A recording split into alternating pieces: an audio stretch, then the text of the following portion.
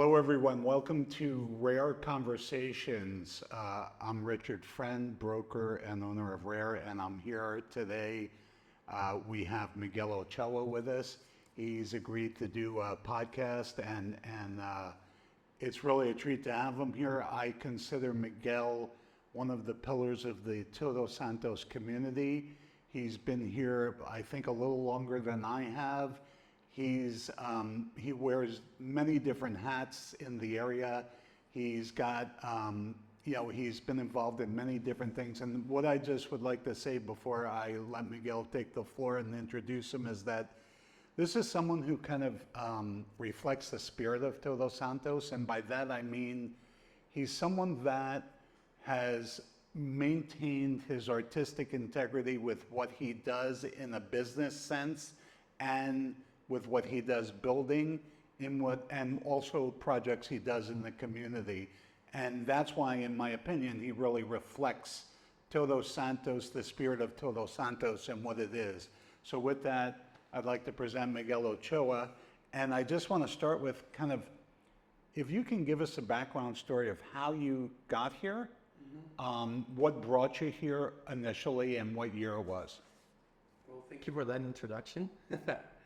Thank you very much. Thank you for your friendship as well. You know, we've known each other for quite a few years now. 24 years, I think. Years. Yeah, around the mouse. Yeah, I arrived to the Santos, actually, now that you mention it, around 25 years ago. Yeah. More or less. To Baja, I arrived about 35 years ago. To Cabo first. Yeah, Okay. 36 years ago. Wow, from? When we were very, very, very young. You were young. I was. I was at school at the University in Mexico City, and it was summer vacation, so he went with a friend to Jose del Cabo to work in UT. It was a restaurant a long time ago in San Jose del Cabo, at the Estero, you know? Yep. And of course, we came over during summer, so that nobody was there. So we would just spend the time to go to beach and get to know the area. So you're talking about probably around 1990, 91? Something like that. Yeah. 91, 92, more or less. Yeah.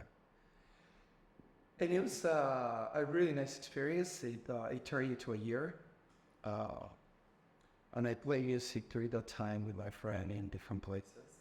You were playing out music, okay. Yeah, what happened is that Roberto to meet a dentist from Cabo, and he invited us to have this coffee place called Petiza, and he invited us to go play there folk music, and so we went. We created a little stage in this little tiny coffee place, and right next door there was his dentist office. Wow. And I remember sleeping the first 2 nights at his chairs and the dentist office. So it was great. It was great. And from that, it just went on to stay for an entire year. So you stayed and then you went back to Mexico City? I went back to Mexico City to continue in school. And then after that, I went to San Diego for a while, for almost a year to continue studying. And, a few years went by. And then I came here to Todos Santos. I didn't like the development of what was happening in Cabo. Honestly, I'm more of a small town, even though I grew up and be part of my life in Mexico City, but I like small towns. So you're originally from Mexico City, and because you wear, as I mentioned before, because you wear so many hats and you kind of have you're really a well-rounded individual. What did you study in school? I went to University for Architecture. I did not finish. I got married before. But I've been doing construction for the last 30 years. 30 years. When you came, so you went to San Diego, and then from San Diego you went back to Mexico City, or you came to... I actually came back to Cabo. During that time, I met Rebecca, my wife, and we got married. I was almost 21 when I got married. So in Cabo or? No, actually it was in San Diego. In San Diego, okay. So you've always kind of had a connection because you still have a place in San Diego, is that Yes. correct? And so you got married, you're in Cabo, you're working on a project down there, or? It was interesting. The very beginning, when I was playing music with my friend, um, somebody heard us, the secretary of Luis Coppola, Adriana was her name, or Italian. And she said, hey, why did you guys come over and play at the hotel? I said, just go play. So we went to play one night when Luis Coppola and Luis Coppola Senior, and we were still alive. The whole family, the whole Coppola family were there. And we were playing classical music and stuff.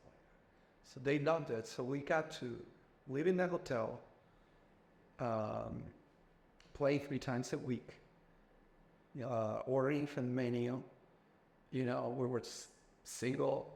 Wow. So it was the greatest. Wow. It was great. It was great. So that was kind of like the beginning. And then, like as I was saying, after San Diego, I got married.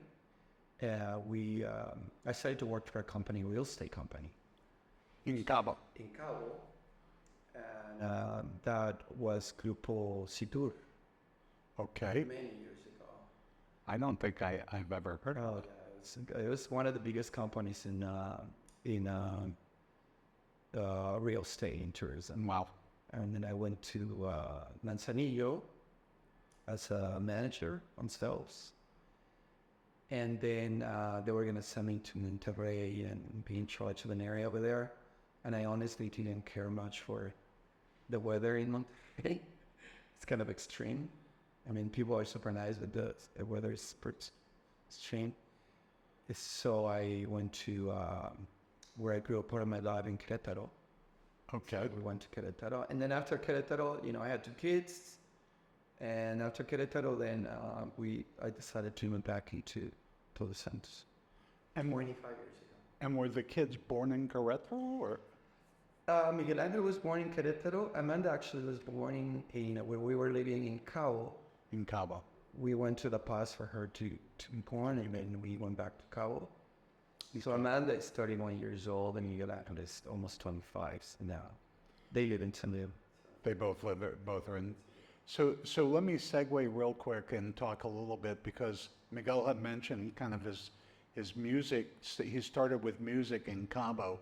You also have a studio here, a music studio, Panteon 19, right? Do you still do recordings and play there?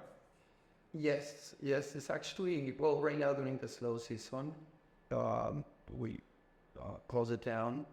But we're going to restart cycling beginning of November, maybe October. Now there's a team of young people that help us with Panteon. Okay. Creating a lot of things that happen there, from yoga to recording, different dance, different types of music, different musicians from all over. And Panteon 19 was just a basic idea of having an area and to try to participate with the people, with the musicians in town, the local musicians. And my friend Paul, you probably know, Paul Ricardi, he wanted to rent a place to create a studio, a recording studio. And I said, you know what, I own this little place. It wasn't built, it was just a few rocks there. And so why don't we use that place? And then we actually built Panteon with, people don't know this, but it's about 80% of reusable materials from the previous constructions that we had, that I had taken down, and use wood and all of that. So it cost very little. And that's been already, I don't know, quite a few years. That's been there a while, and Many people have played there. yeah, some pretty well-known names as well. Yeah, we're not going to mention, but there's been some great musicians that have passed through there. Yeah. And also, speaking of your music career, I forget what year it was, but you did a whole festival down at Cañada de Diablo for the Palapa Society as a benefit for the Palapa. That was a huge success. You had some great music there, and you played, right? I mean, What year Very was lucky to play. what year was that? Yeah, when was that? It's just before COVID. It's just, I think it was in January, February, and COVID started like in March or February, and then it was in January, just before COVID. That year, I don't know what year was that, 4 years ago. So yeah, 2018, maybe 19. Yeah. Yeah. I mean, I had a music background because during my junior high school in Mexico City, I went to the National School of Music in Mexico, and I went for a few years. So I love music. And then what you were mentioning is through Eric, my nephew, as you know, is the painter. He's the artist, but I think you paint as well, no? Yeah. Yes, the fine for a little bit.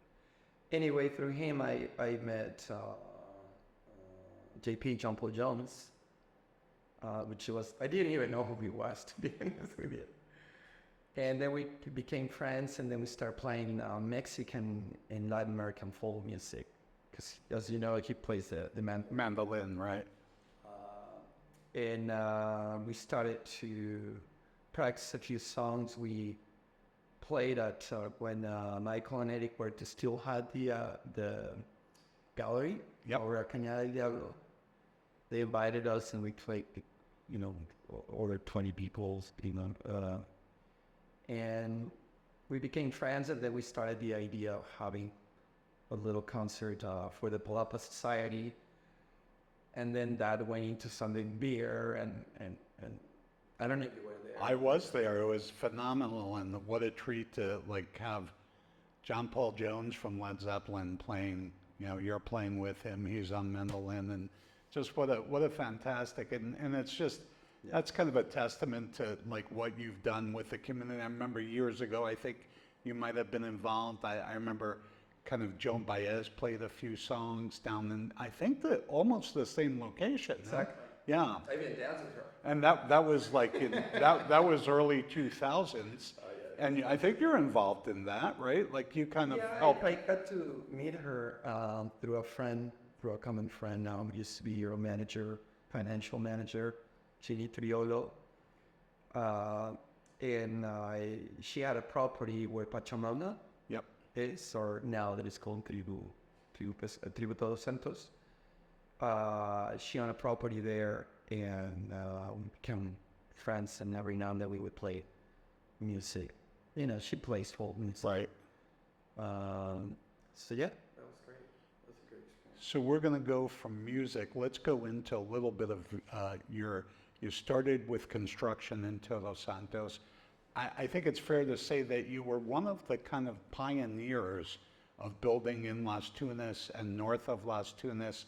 I mean, I remember when I got here, you were working, I believe, with Arturo Rivera, maybe? With who? Arturo Rivera, building his houses out on Camino Internacional. Yeah, when he started to build those houses. We helped him a little bit. Yep, and then you were building in El Pocito, kind of you were there before, it was kind of you and I think myself and maybe one other person were kind of building in that area before. I mean, how many houses were there during that? There was one, two, Pierre, nothing north of Pierre, right? I mean, nothing. So you kind of pioneered that area.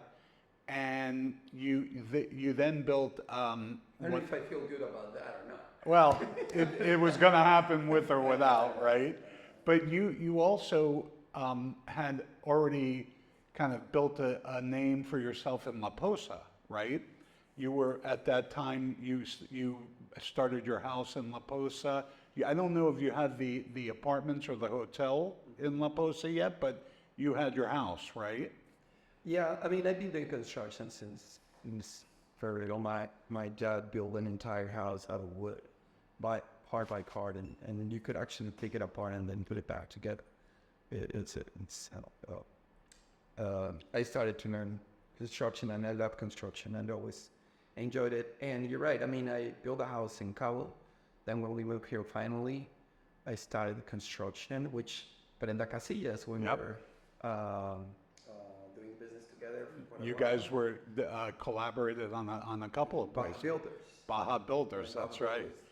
But even before that, you were kind of, I remember like touring houses. I started in 2004 this business. Before that, I was in Pescadero with another business. But I started Rare in 2004. And I remember when I would, like every time I toured a house, I could always tell your style, kind of like you incorporate a lot of different elements into your construction. What was your architectural influence, if you will? Because your houses really do stand apart, and I mean in all aspects, like not just traditional hacienda, modern contemporary. Your place in San Juan that I don't even like. I would call that almost like a island-esque kind of loft. I mean, it's really a lot of different aspects into your construction. Talk about like where you get these ideas from and who influenced you. When I was in Querétaro, living in Querétaro, I had the chance to work in haciendas to reconstruct part of the haciendas. I actually built some stables for a very famous Spanish guide, Hermoso de Mendoza. I was very young. And I learned to use a lot of the materials. The arcilla, which is clay, then it has different colors. It's a natural color for construction. A lot of the old style haciendas use that those type of colors to mix it with the plasters. So I learned those techniques over there when I did that.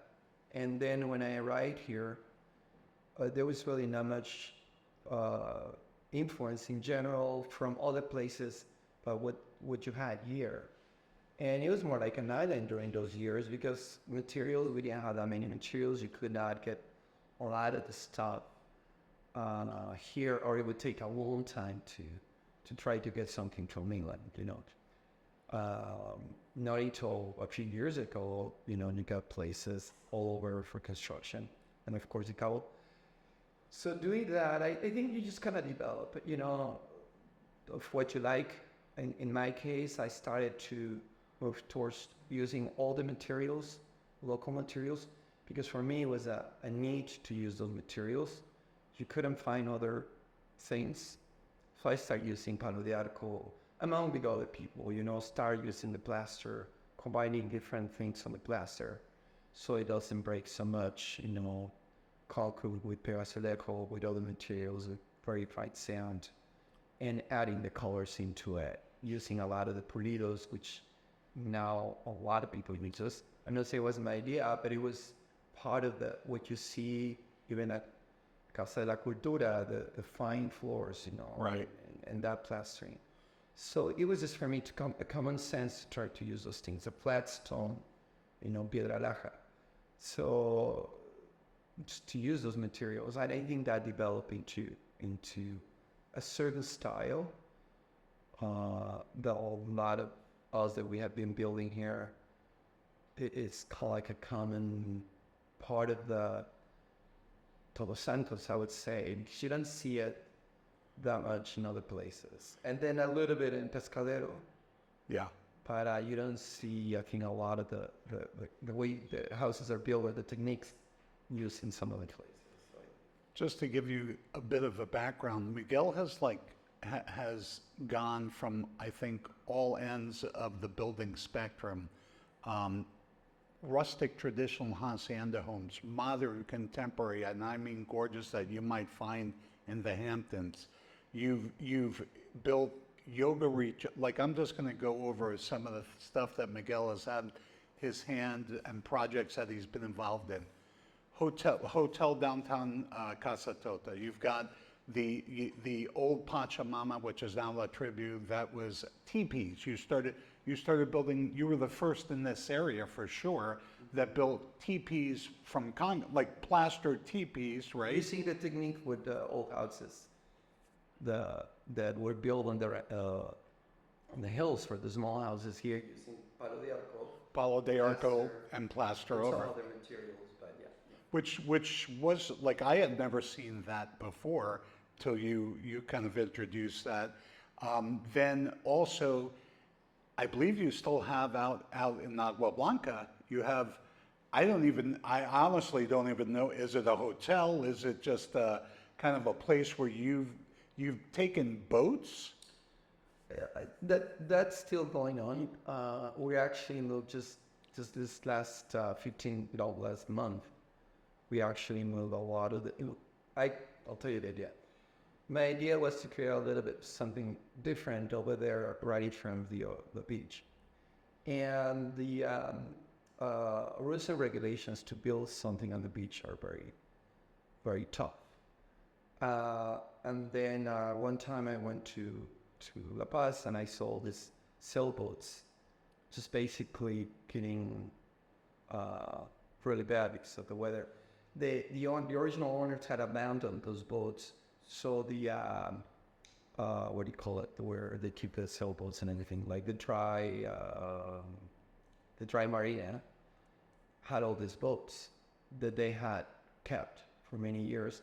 So I made a deal and I bought 10 sailboats, all kinds of sizes, a very big yacht, and two very big yachts, about 60, 70-foot yachts, and then we moved those to Agua Blanca to create this project. So we put all the sailboats looking towards the ocean.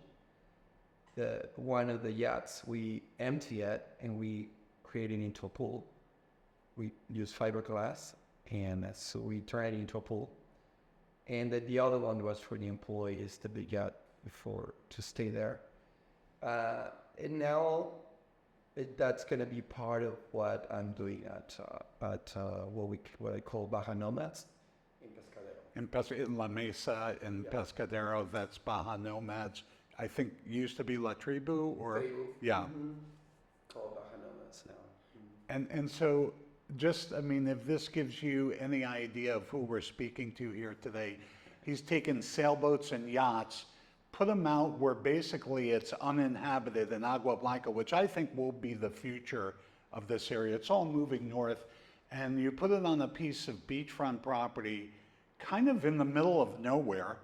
And when you go out there, I mean, people have to talk about it. They see it, and I've heard so many people say, "What is that?" You know, and so you still have this complete artistic, creative side to you, and you never, like, I hope that never stops, because it's always something that I've admired in you, is that you're not afraid to take that giant leap. You know, you've done stuff that no one else is doing, and you look at it and you're like, is that real? Like, is that, and you've been successful. I mean, I don't know how many, like, I imagine that any good business person or artist has failed and from that has learned. But your success in this area with what you touch has been incredible. From hotels, restaurants, winery. I was involved in. You were involved in the winery. Lumber. You still have the just for the workshop only. For the workshop for carpentry. Yeah. Because you do a lot of carpentry work, right? Yeah. So how many hotels right now do you have? Well, there's Casa Tota. Downtown, 16 rooms downtown? 16 rooms.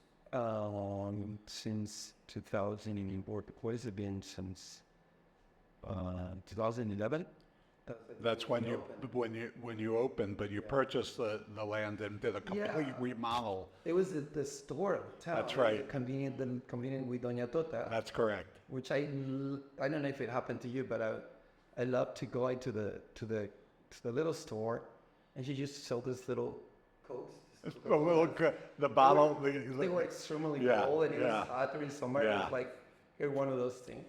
I mean, that was a great, I mean, I was involved actually in that, with that property, and it was just amazing. And you kind of like, you you don't, you keep things pretty tight, so I didn't really know what you were looking to do there. You kind of mentioned, well, I may do this, I may do that, but you turned that place into a gem. You have, so that's a hotel. La Posa, you're still, Villas La Manche, yeah, it's also been there for a while. I bought that property from the Ejido originally and got all the documents, everything. And then I started building a little house there. I love the area and you know how things change. But when I got it, nobody actually wanted to even buy it. Because, I mean, the road going up, the hillside, yeah. So, yeah. But I started building from the bottom up because you could not put heavy machinery there. So I don't know the degrees of how steep it is now, but it's quite a bit. And then ended into building 18 villas.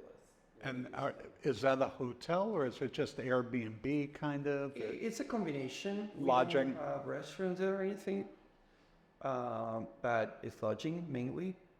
And they all have kitchens and full patios. And the views are outstanding from it. And then you have you mentioned in Pescadero what is referred to as the La Mesa area. You have another hotel there. You want to talk about Nomads a little bit? Yeah, Baja Nomads basically started finding obviously the property and trying to do some. My belief is that people that don't like Cabo, that they're looking for something else, they come here. It's a very different type of people on the way that what they like and what they're interested in. And I think that if things that are created here are in a very different, going to different place of what you build in Cabo, for example. Even the cost is crazy different. And the idea of doing Baja Nomads was to try to go back again to the basics. For me anyway, and doing something that I wanted to do. Yes, looking at the, obviously making money and being a business, but at the same time doing something with very little, trying to make something happen there. And that's how Baja Nomads. And the idea from the beginning for Baja Nomads is the yoga retreats, all kinds of experiences, but also I think probably next year will turn into a yoga school. So they'll become a certified yoga school. It's on solar out. You're on solar out there. Solar. And are you farming as well on the property or no? We did at the very beginning. Right now we just planted a whole bunch of palm trees. Okay. Just to create that. But that was the main reason. And I finished with a thought. I just think that a lot of people are trying to get away from the big cities and try to find things that are different. And you're seeing so many hotels that are here that are so expensive. Yeah. But they're looking for that experience. And somebody coming from New York or LA or any other places, I think they're kind of looking for an experience. They just don't want a regular hotel room. And that's one of them. But the main reason is because I like to do things that I want to do. That's a thing. And I think that shows in your work. We're here with Miguel Ochoa, and we're talking about some of the projects that he's created over the years. I do want to get into the idea of what's going on now in Todos Santos in the area and what you're seeing for the future. But Miguel, as I said, bit of a dilettante and very socially conscious, aware of what's going on. He had mentioned cities, kind of, people from the cities, and this is actually post-COVID and pre-COVID. I think you've always seen this migration to Todos Santos in a slow manner, but after COVID, it's picked up significantly. And I'm talking about people from the States, from Canada, but a lot of people now from Mexico City, Guadalajara, Monterrey, the cities of Mexico. What do you see as some of the more recognizable changes in the area from when you first got here? Like, what do you see happening, good or bad? I think throughout the years, what has been happening is that we were able to bring this type of people that were looking for places like this. Throughout the years, you probably remember all kinds of different, remember this guy who used to walk around town all dressed white, long hair, had a Philip. Philip. Yes. Personalities like him Yeah. that come over here and they influence on what's happening among with the local people, of course, among with people from the ranches here, for example.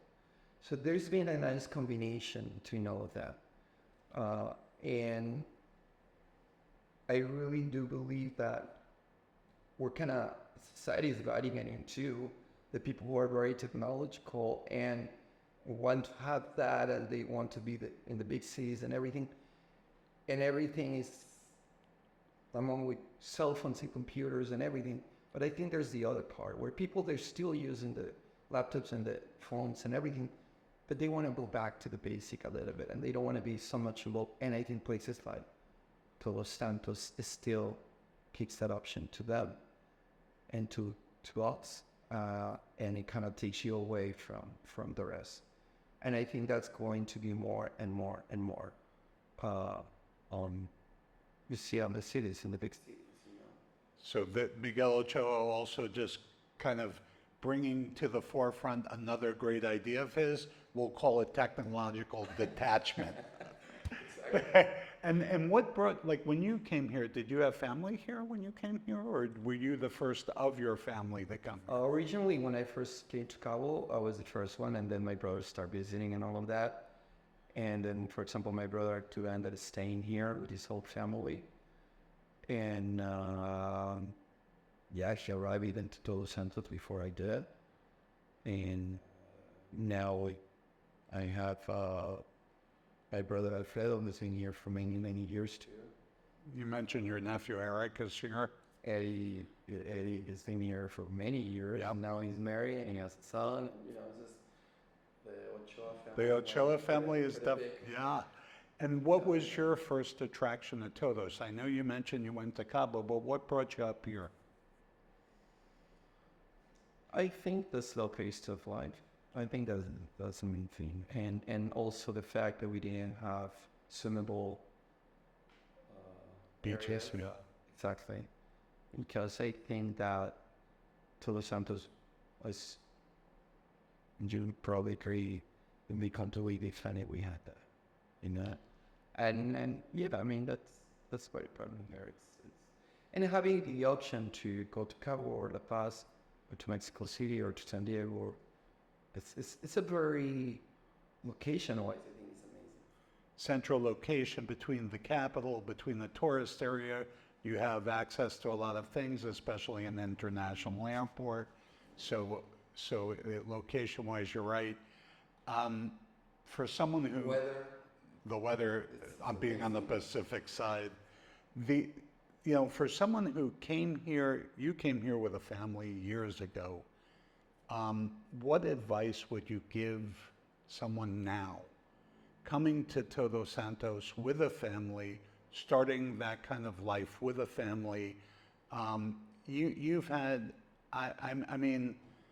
you're pretty humbled, man. You've had your finger on the pulse of this area for quite some time. You've been ahead of the curve in many different facets. I've been in the real estate world for a while, and you and I have done transactions together. But what advice would you give to a family? Overcharge me. We've done some great deals where you've underpaid me. You mean?